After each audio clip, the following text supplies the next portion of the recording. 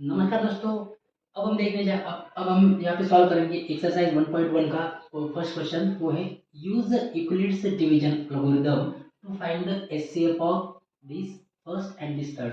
यानी मैं यहाँ पे फर्स्ट और थर्ड सॉल्व कर रहा हूँ, जो सेकंड वाला है वो इसके सिमिलर एग्जांपल है, वो आप सॉल्व कर सकते हो। तो यहाँ पे हम देखेंगे कि यहाँ पे मैं फर्स्ट एग्जांपल को सॉल्व करता हूँ यूजिंग यूक्लिड डिवीजन एल्गोरिथम।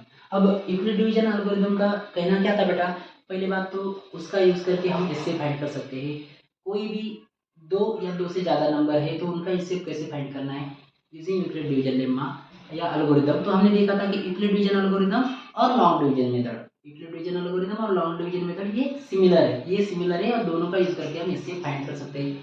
यहाँ पे जब मुझे दो नंबर का इससे फाइंड करना है यूजिंग यूक्लिड डिवीजन एल्गोरिथम, तो हम पहले क्या करते हैं बेटा, इन दोनों नंबर में से जो बड़ा नंबर है उसको हम डिनोट करते हैं with A, that is A is equal to 225। बड़ा नंबर आपका 225 है, उसको मैंने लिख दिया यहाँ पे ए। छोटा नंबर मेरा 135 है, मैंने उसको लिखा बी, दैट इज 135। तो स्टेटमेंट क्या था स्टेटमेंट बेटा, दैट इज मैं यहाँ पे लिखता हूँ यूजिंग यूक्लिड्स डिवीजन एल्गोरिथम। बेटा ये लिखना है एग्जाम में, ही लिखना है आपको स्टेटमेंट, इसके भी मार्क मिलते हैं। यूजिंग यूक्लिड्स डिवीजन एल्गोरिथम मैं यहाँ पे लिखता हूँ A is equal to B Q plus R, B Q plus R where where क्या था बेटा वो, आर जो है आपका ग्रेटर देन और इक्वल टू जीरो। आर जो है वो जीरो से जीरो रहेगा या जीरो से बड़ा रहेगा, बट किससे छोटा होना चाहिए, किससे छोटा होना चाहिए, बी से छोटा होना चाहिए। किससे छोटा होना चाहिए, बी से छोटा होना चाहिए। मतलब जो आपका आर है वो 135 से छोटा होगा, बट किसके बराबर या उससे बड़ा होगा, जीरो से बड़ा होगा या जीरो के बराबर होगा, लाइक दिस। तो ये हमारा यूक्लिड डिवीजन एल्गोरिथम का स्टेटमेंट। अब इसका यूज करके हम कैसे सॉल्व करेंगे, तो पहले तो मैंने आपको यहाँ पे बता था कि ये और आपकी लॉन्ग डिवीजन मेथड ये सिमिलर है, ये और लॉन्ग डिवीजन मेथड सिमिलर है। तो यहाँ पे हम क्या करते हैं, बड़ा नंबर लेते हैं। बड़ा नंबर है 225, किससे डिवाइड करना है, 135, 135 से डिवाइड करना है।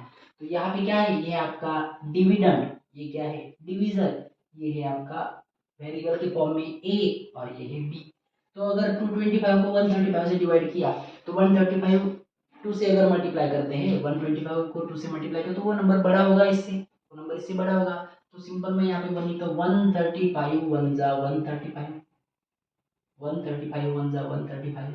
अब अगर सब्ट्रैक्शन करते हैं तो क्या मिलेगा, 5 में से 5 हो गया जीरो, 2 में से 3, 2 में से 3 माइनस नहीं होता, तो मैं यहाँ पे क्या करता हूँ, यहाँ से एक कैरी करता हूँ। तो यहाँ पे सॉरी, यहाँ पे मैंने 1 कैरी किया तो ये हो गया यहाँ पे 12, यहाँ पे हो गया 12 और यहाँ पे बचा 1, यहाँ पे बचा 1। तो अगर 12 में से 3 को माइनस करता हूँ, 12 में से 3 को माइनस करता हूँ तो रिमाइंडर बचा 9, रिमाइंडर बचा 9। और यहाँ पे 1 में से 1 गया 0, तो इसका मतलब रिमाइंडर मुझे मिला 90। रिमाइंडर कितना, अरे रिमाइंडर 0 मिला क्या, नहीं मिला 0, तो क्या करना है, सेम रिपीट करना है। रिपीट करना है प्रोसेस को, जिसने डिवाइड किया उसको यहाँ पे लेना है और 90 से 135 को डिवाइड करना है। लेकिन लेकिन लेकिन उसके पहले रुकना है और इसको एक बार इधर छाप लेना है in the form of statement, single line statement. क्या था single line statement, single line statement था that is division into quotient plus remainder, और ये सब मिला के क्या होगा, क्या मिलेगा मुझे यहाँ पे डिविडेंड, डिविडेंड ये तो था वो, बस इसको A is equal to B Q plus R, और ये है हमारा ए, ये है हमारा बी, ये है हमारा क्यू, और ये है उसके साथ मिल गया वो आर। तो यहाँ पे क्या होगा, ये होगा that is 225 is equal to 135 into into into 1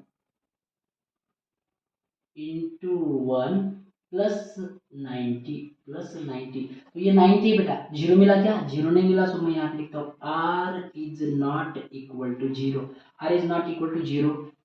ये भी लिख दो लगे तो यहाँ पे here R not equal to 0, therefore continue the process. क्या प्रोसेस है? अरे जिसने डिवाइड किया था खींचो उसको नीचे, लो उसको नीचे।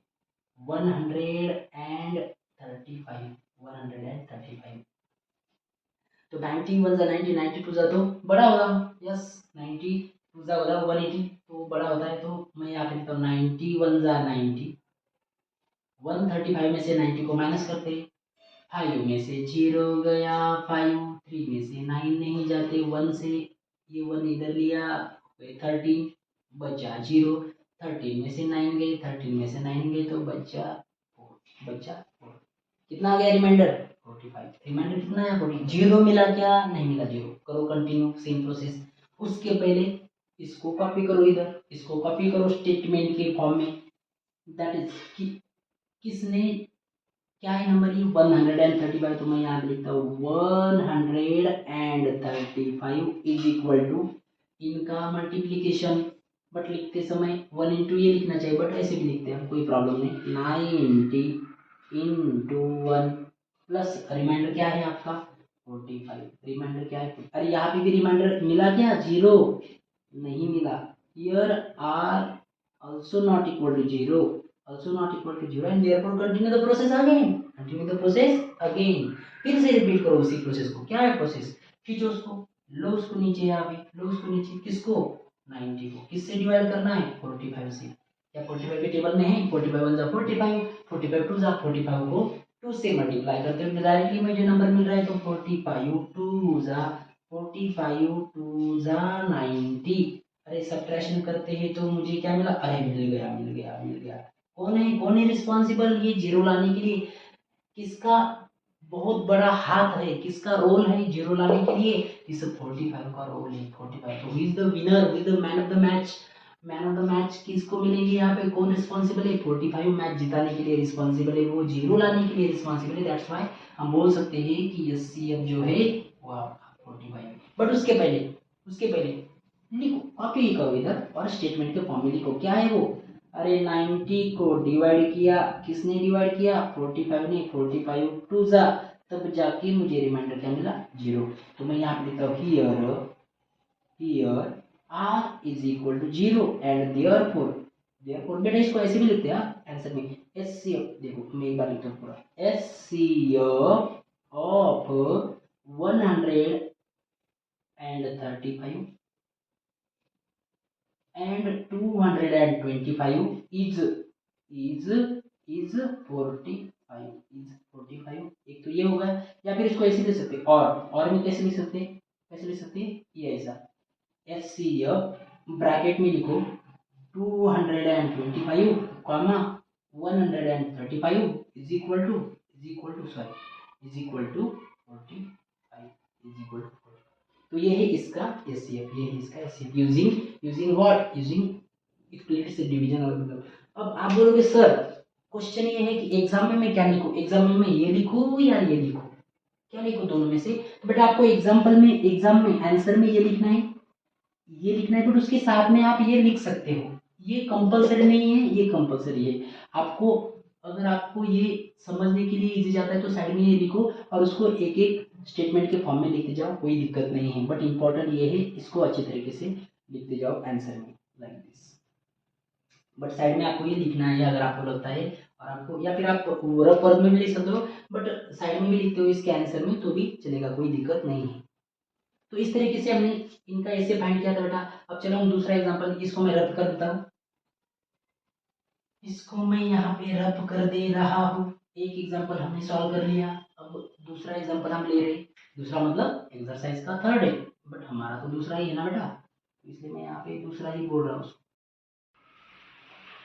चलो बेटा सॉल्व कर दे यहाँ पे दूसरा एग्जांपल एक्सरसाइज का, जो कि 867 जिसको डिवाइड करना है 225। ओके ओके, एक्सरसाइज में बेटा ये 255 है।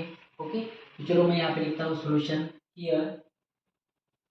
हियर जो ए की वैल्यू है वो है 867 एंड जो मेरी बी की वैल्यू है वो है 255। तो चलो लिखता हूँ मैं यहाँ पे using Euclid's division algorithm। Euclid division algorithm का यूज करके मुझे सॉल्व करना है। तो साइड बाय साइड मैंने आपको बोला है कि ये भी लिखना है।